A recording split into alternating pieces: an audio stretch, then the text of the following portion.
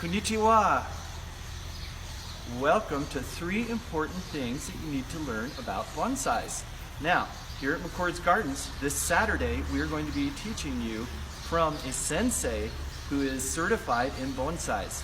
I'd love to have you come down. The class is this Saturday, and just come on down and listen for free, or you can pay $30 and get a bonsai kit that you'll be able to put together right there in the class.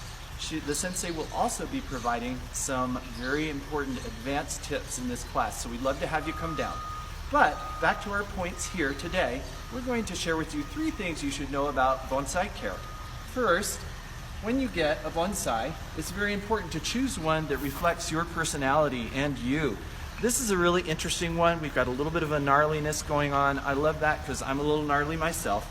But tip number 1 is when you get your bonsai, to prune it, and that means to cut those parts that you feel need to come off, again, so it represents you, but also too, so we can see and open up the shape of the bonsai and make it extremely interesting to look at.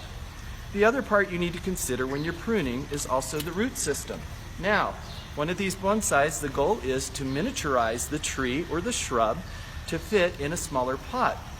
So, in order to do that, you will need to take off about half of these roots to put into the pot. Now, as you're potting, there's going to be some other tips that you'll need to learn about that. So I recommend that you come down to the course and learn the full scope of this. But for now, we're just talking about pruning. You'll be pruning the top of the tree so that it reflects you, and also to open it up so you can see some of the character of the tree. You'll also be pruning the root system so that it fits into the pot and makes it nice and healthy. To learn more, come on Saturday.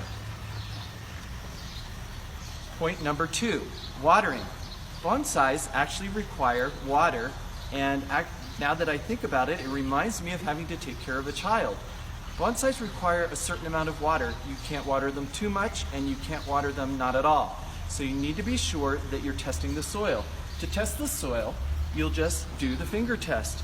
You'll take and put your finger into the soil. Once you take it out, if the indentation is moist and holds its shape, you've got just the right amount of water for the bonsai. In addition, if that indentation fills with water, it means your bonsai is overwatering. Another sign of that is the foliage will be yellowing. Finally, if you can't make an indentation at all and the soil's pretty powdery, probably your soil's too dry. And also your foliage will indicate that by, you'll see drying of the foliage around the edges, and your foliage will get that crispy, crunchy texture to it. Step number 3, fertilizing. And this is very important because you would think, well, bonsais, they're in a miniature environment, so why would they require any fertilizer? Well, the interesting thing is not only do they require fertilizer, they require different levels of fertilizer at different seasons of the year. So just think of this as the 4 seasons: spring, summer, fall, and winter.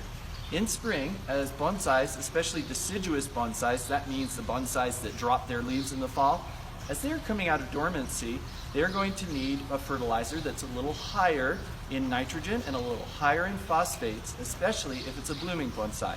So make sure nitrogen, of course, is your first number, and then, here we go. I just was looking for the numbers. Your first number here is nitrogen. You can see it's 10. Your middle number here is phosphates. That's 10 also. And then potassium, which is for the overall circulatory system of the plant, is also at 10. As these plants are coming out of dormancy, those first 2 numbers should be a little bit higher. As we come into the summer months, they should be more level, like we have in this one, 10, 10, 10. As you're going into the fall and the winter, you're going to want to get a fertilizer that is lower in all of those numbers, because the tree basically is sleeping, and so we don't need to over-fertilize it at that point.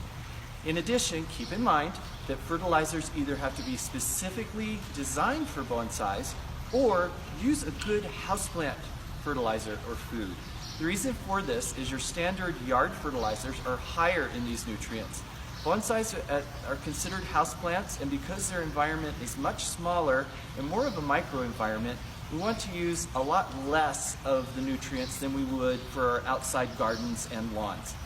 So those are your 3 tips for today on bonsais. To learn more about bonsais, please visit us at McCord's tomorrow, Saturday at 10 a.m. The information is free. If you want to participate in the seminar, it's $30 per person, and you'll walk away with a really nice bonsai to take home. We appreciate you being here for these 3 snippets of information, and we look forward to talking to you again real soon. This is the Plant Boss. See you later.